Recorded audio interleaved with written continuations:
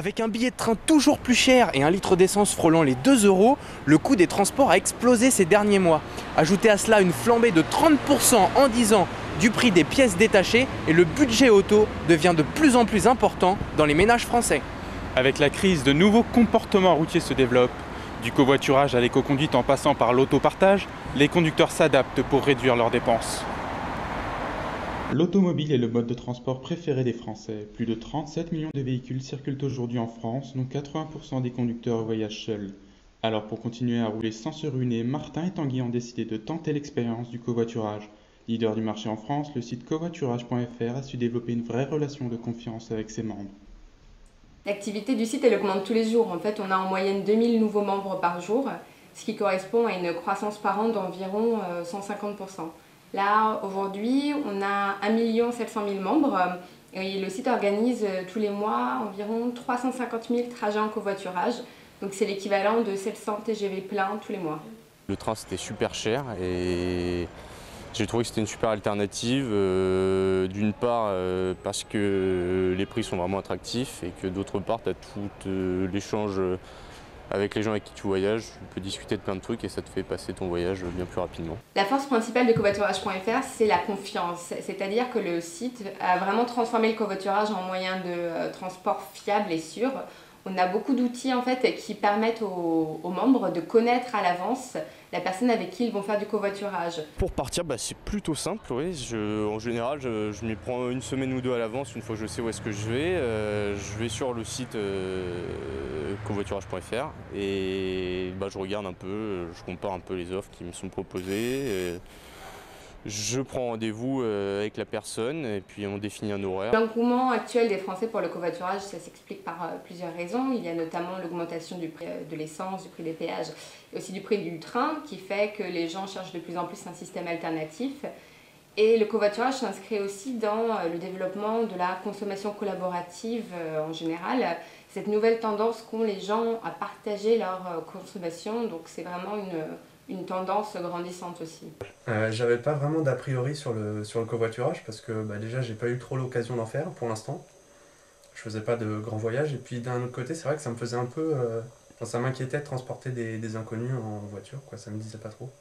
L'objectif c'est d'étendre le covoiturage le plus possible, c'est-à-dire qu'on veut faire du covoiturage un moyen de transport fiable et sûr comme le serait le train ou l'avion. Donc pour le moment, on a 1 700 000 membres, mais on prévoit d'en avoir 10 millions d'ici 2015.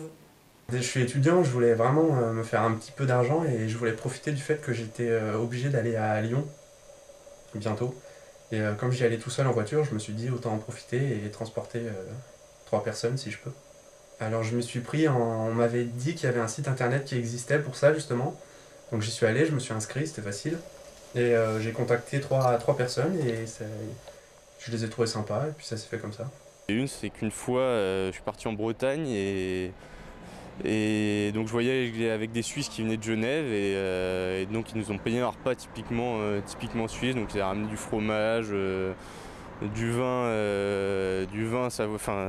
suisse et donc on a fait une dégustation de produits locaux et c'était vraiment sympa.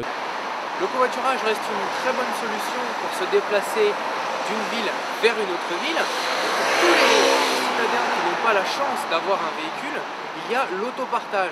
L'autopartage, donc un système de transport qui se développe de plus en plus, comme ici à Paris, avec l'Autolib, que nous allons tester tout de suite. La date de l'écran 8/4/2008.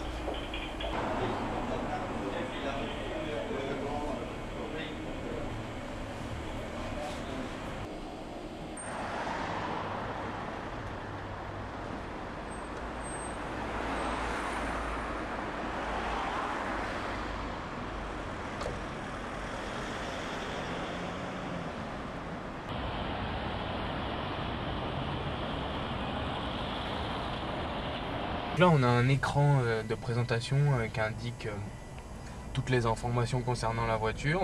Globalement le tactile il est plutôt bon, il répond bien. En dessous on a les commandes de warning. On peut appeler un conseiller Autolib avec ce petit bouton là Autolib. On a le verrouillage des portes, les anti-brouillard, le dégivrage arrière et le dégivrage du pare-brise. Le petit bouton là, c'est le bouton City, c'est pour les manœuvres.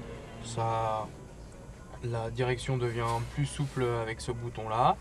Côté, on a le réglage des phares. L'équipement il est quand même assez complet. Il y a un allume-cigare, donc là rien de bien classique. Il y a même une prise USB pour brancher une clé USB pour pouvoir écouter de la musique. Malgré un début en demi-teinte avec quelques problèmes techniques, le système d'autopartage Autolib lancé par le groupe Bolloré semble avoir trouvé son public grâce à sa simplicité d'utilisation. Pour accéder à Autolib, il faut avoir 18 ans, un permis de conduire. C'est déjà une promesse assez forte parce que vous avez beaucoup de loueurs de voitures, même si on n'est pas des loueurs, qui n'acceptent pas les personnes jusqu'à 21 ans. Il faut 2 ans, 3 ans de permis de conduire. Donc vous vous présentez dans une des bornes, plutôt abri qui est derrière, avec votre pièce d'identité, votre permis de conduire, votre carte de crédit. Vous êtes en visioconférence avec quelqu'un qui va vous épauler tout au long de la procédure. Il va vous demander votre nom, votre numéro de téléphone, toute votre civilité, scanner votre permis de conduire, scanner votre pièce d'identité, effectuer une opération de paiement avec votre carte bleue et après vous allez immédiatement récupérer un badge qui vous permet de conduire la voiture. Donc les forces, elles sont multiples, elles sont sur l'usage, elles permettent de faire beaucoup de choses. D'abord, la voiture est en trace directe, c'est-à-dire que vous prenez le véhicule à une station, vous n'avez pas l'obligation de la ramener à cette station. Vous la laissez à une autre station, vous la rendez disponible pour quelqu'un d'autre, vous allez faire ce que vous avez à faire, multi-usage, aller faire des courses, aller chercher vos enfants à l'école, aller au cinéma, aller dîner entre amis, et après vous reprenez une voiture pour partir chez vous. C'est aussi complémentaire des autres moyens de transport. Autre avantage, évidemment le prix. L'abonnement annuel qu'on appelle premium est à 144 €, ce qui revient à peu près à 30 centimes par jour, et après vous payez 5 € la demi-heure. Donc si vous êtes 2 ou 3 dans la voiture, vous partagez et vous avez un véhicule écologique, propre, qui ne fait ni bruit ni odeur et qui vous permet de circuler dans toute l'Île-de-France. Nous sommes dans le centre de relations clients Autolib. Donc c'est ici que tout se passe, c'est un petit peu le centre névralgique d'Autolib. C'est ici que tous les appels entrants arrivent. À la fois les appels au 0800, les appels commerciaux, comment ça marche, combien ça coûte, comment puis-je m'abonner. Vous avez aussi un écran qui est ici où sont en permanence à la fois géolocaliser en statique les stations, mais aussi en dynamique les voitures et les 400 ambassadeurs qu'on a dans Paris et les 45 communes. Donc ce qui nous permet à tout moment de voir comment fonctionne le service et de voir où sont les voitures, où sont les ambassadeurs, ce qui se passe, de pouvoir réagir sur des problématiques de rééquilibrage. Souvent gênés par le bruit ou les odeurs produites par les voitures, les Parisiens semblent satisfaits de l'arrivée de ces véhicules électriques sur leur trottoir. Sans dispenser de payer les assurances. Ce sont des autos propres parce que ça marche à l'électricité. Il y a des bornes un peu partout installées dans Paris, donc pour moi c'est l'idéal. Parce que les gens ils ne se prononcent pas pour ou contre, d'autant plus qu'on a 5 sous-sols de parking chez nous, mais paraît-il qu'ils vont louer leur parking et qu'ils vont utiliser ce mode de fonctionnement. On a vu que l'éco-conduite s'adressait principalement à tous les citadins qui ne possèdent pas de voiture. Pour tous les propriétaires de véhicules qui souhaitent faire des économies de carburant, il existe l'éco-conduite. À travers des stages et formations, les conducteurs apprennent à mieux contrôler leur consommation tout en respectant l'environnement. Pierre-Édouard vous explique les principes de cette nouvelle tendance. Alors l'éco-conduite se base sur 3 axes majeurs. La première clé de cette tendance, c'est l'anticipation. Concrètement, il faut essayer d'harmoniser le plus possible sa conduite en gardant une allure stable. Sur voie rapide, il suffit d'avoir une pression constante sur l'accélérateur. En ville, la tâche se complique, mais on peut par exemple, à la vue d'un feu rouge, ralentir longtemps à l'avance pour le laisser passer au vert. Un freinage brutal est alors évité. Autre astuce, lors des changements de direction, adapter son allure permet d'éviter des arrêts trop fréquents. Une conduite souple et sans à-coups reste la deuxième clé de l'éco-conduite. Des fortes sollicitations sur l'accélérateur ou le frein occasionnent une surconsommation et une augmentation de la pollution. Passer les vitesses à des régimes médians contribue à cette souplesse. Les surrégimes ou les sous-régimes brutalisent la mécanique et obligent à accélérer plus fort qu'en temps normal à un moment ou à un autre. Mais tous ces principes n'offrent de résultats que s'ils sont combinés avec une voiture bien entretenue. Des révisions régulières permettent un bon réglage moteur, gage d'une consommation maîtrisée. Enfin, le gonflage des pneumatiques est également un paramètre important.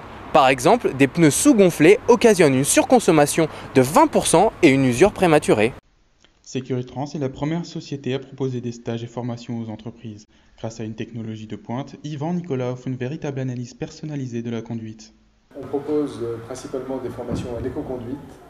Le tarif est très simple, il est destiné principalement à des entreprises et le tarif est de 170 € hors taxe par stagiaire. Lorsque l'on choisit par exemple une demi-journée, la formation s'organise de la façon suivante. Après une première phase d'introduction,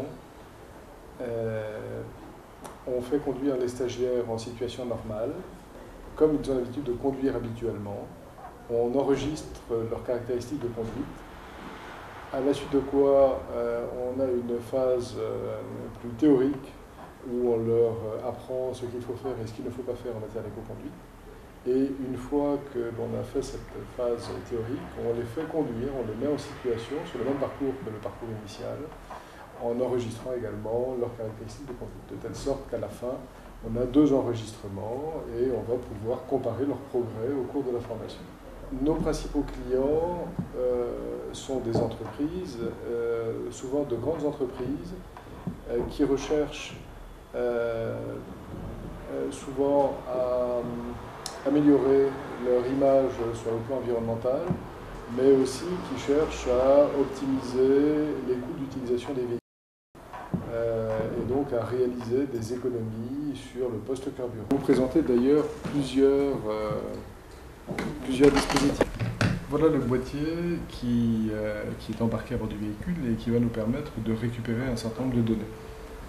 Grâce à la connexion que l'on va établir avec le véhicule, cette prise étant branchée sur la prise diagnostique du véhicule, vous en avez certainement entendu parler, la prise OBD, et ce cordon étant relié donc à notre boîtier. Alors, je vous ai expliqué tout à l'heure que l'on enregistrait les performances des stagiaires en cours de formation. Ça va se faire au moyen d'une petite carte comme celle-là, que l'on va paramétrer au nom du stagiaire et que l'on va insérer dans notre boîtier. Et donc, à chaque fois qu'un trajet sera effectué, on va pouvoir récupérer les informations électroniques en provenance du véhicule. Et que l'on va bien entendu ensuite traiter informatiquement et que l'on va pouvoir présenter en cours de formation. Le concept existait déjà, mais n'était pas du tout utilisé en France. Donc il a fallu attendre 2006 environ pour qu'on commence à s'y intéresser. Les constructeurs s'adaptent aux attentes des automobilistes. Les nouveaux modèles sont de moins en moins polluants et gourmands en carburant. On parle de downsizing. La cylindrée des moteurs est réduite et compensée par l'ajout de turbos. Une tendance qui s'est illustrée notamment au dernier salon international de l'auto à Genève. Les nouveaux modes de déplacement devraient eux aussi continuer à se développer et s'inscrire dans la durée. Covoiturage.fr prévoit ainsi 15 millions de covoitureurs d'ici 2015, alors que le système Autolib disposera de 3000 véhicules d'ici la fin de l'année.